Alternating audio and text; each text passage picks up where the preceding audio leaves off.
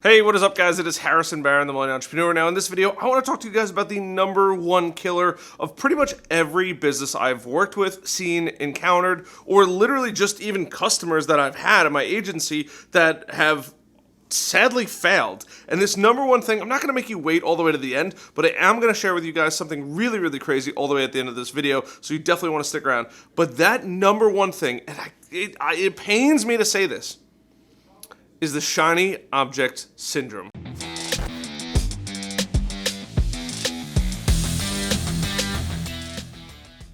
So you may have heard of shiny object syndrome, but that is ultimately when you're kind of like a little fish, right? You're going through the water, you're doing your own thing, you might be successful in what you're doing, and all of a sudden you see a shiny object, right? Or think about jewelry, right? You're in a jewelry store and it's information overload because there's too many shiny objects, right? And this is constantly the biggest business killer I see all the time. And it's something that I don't think it's just some business owners. I think it's people too that really, really struggle with this, myself included. I'd be lying to you if I said I don't struggle with that because there's always opportunity. However, there is no possible way in anything that you're doing that you could be super successful in everything. It's just not going to happen, right? If you talk to every single millionaire, multimillionaire, billionaire, right, they really only do one or two things. Now, they might have investment properties, right, or investment areas where they've put money in and they've gotten money out of it, but for the most part, they're really only making their income on a very, very small few things, or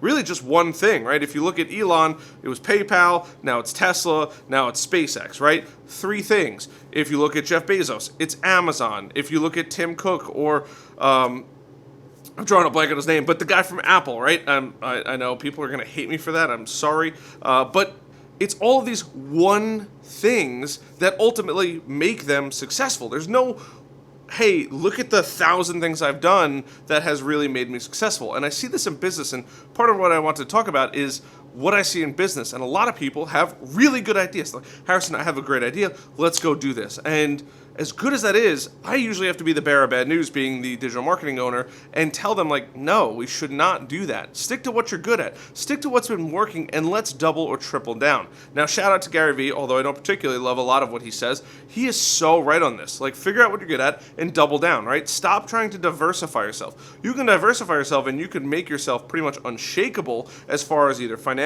or any other area, but ultimately, just because you're really stable doesn't necessarily mean you're going to be really successful, right? Really successful has a lot of risk, and it takes a lot of work to get there. And if you're constantly chasing the shiny object syndrome that everybody wants, right? If it's not real estate, if it's not crypto, if it's not these digital images that are going out right now, there's so many things out there that ultimately you could go do, right? And I hate the word things, but it really is. Like, hey, some days I wake up and I'm like, oh my God, I would love to do this, or I'd love to work on leather work, or I'd love to do this, or I'd love to do this.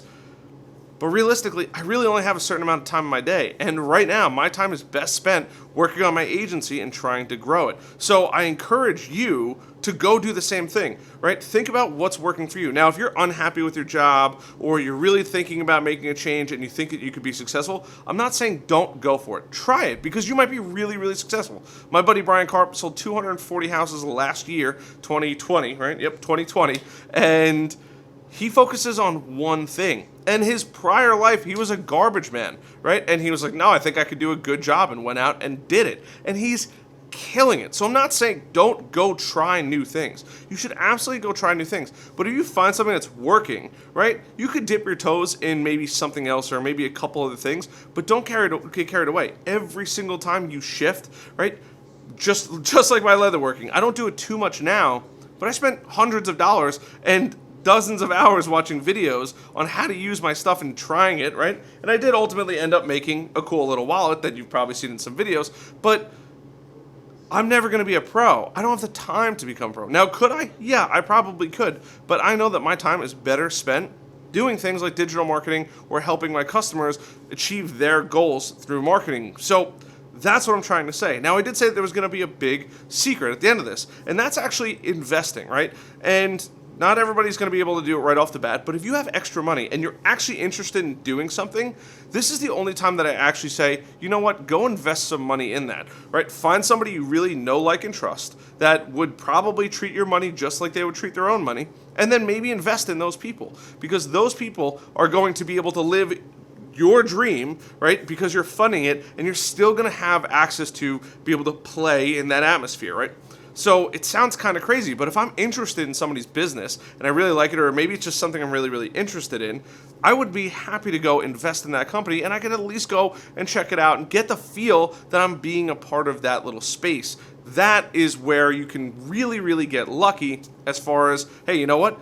Now this is something I get to play around with, and on top of that, I have a financial commitment to this, so I want to see it succeed. I don't have to put nearly the amount of hours that it might be required, but I do have a piece of this, and who knows, over time that might put money in your pocket, and that's always a good thing. Doesn't matter how many businesses you have. Look at Shark Tank, right? These guys have predominantly one business, and their team takes care of everything, right? They just have their toes. They're interested in it, which is super cool. And then they pay other people to do the work, which is awesome, and they cash out on the reward. That is the best thing ever. And honestly, for some people, you're probably going to think, like, no, I don't want to invest. I don't think that's worth it. And other people are going to think, like, that's a no-brainer. But if you have the extra money and you don't necessarily need it, invest early, right? If you bought Apple 20, 30, 40 years ago, right? I think 40 years ago, maybe about 30 years ago, you would be a multi-millionaire right now. And if you put a big enough chunk in the company, you'd probably be pretty high up, right? Same thing with Facebook. This happens all of the time. You just don't hear about it all the time. So whatever it is that you're doing, focus in on what you're doing, right? I do YouTube videos. I'm not going to go start making Instagram videos, Facebook videos. Why? Because it doesn't necessarily serve me. I may share the same videos over and over and over again, but this is my domain. I enjoy long-form content. I enjoy speaking for 6 minutes and 47 seconds or whatever the timestamp is now, and that is the most beautiful thing about it. Figure out what works for you. I've gotten clients straight from YouTube. I've gotten clients off my blog. It works for me, so I'm going to just keep doing it over and over and over again and keep doubling, tripling, quadrupling down on what I'm good at. Would I love to do everything else? Would I love to go be a real estate agent? Sure, it would be so much fun. Would I love to go be a bartender again? Absolutely. The best job I've ever had. But this is what I'm good at, and this is what I'm focusing in on now. And until this is done, wrap it up, sell the company, whatever it may be, then I'm not going to go do anything else, because I can only spread myself too thin. And by doing all of these other tasks, ultimately everything is going to fail, unless I'm an investor, right? Yes, that could still fail. You could still lose your money, but you're only an investor. You're not spending hundreds of hours a week doing the same things over and over and over again. So I hope this inspired you. It doesn't matter where you're at in your business. Just focus in on what you're doing and stop worrying about starting a million businesses or a million companies. It's just not going to work. It's way too much work out there. Other than that, I appreciate you guys. I'll see you guys later. Till then, bye.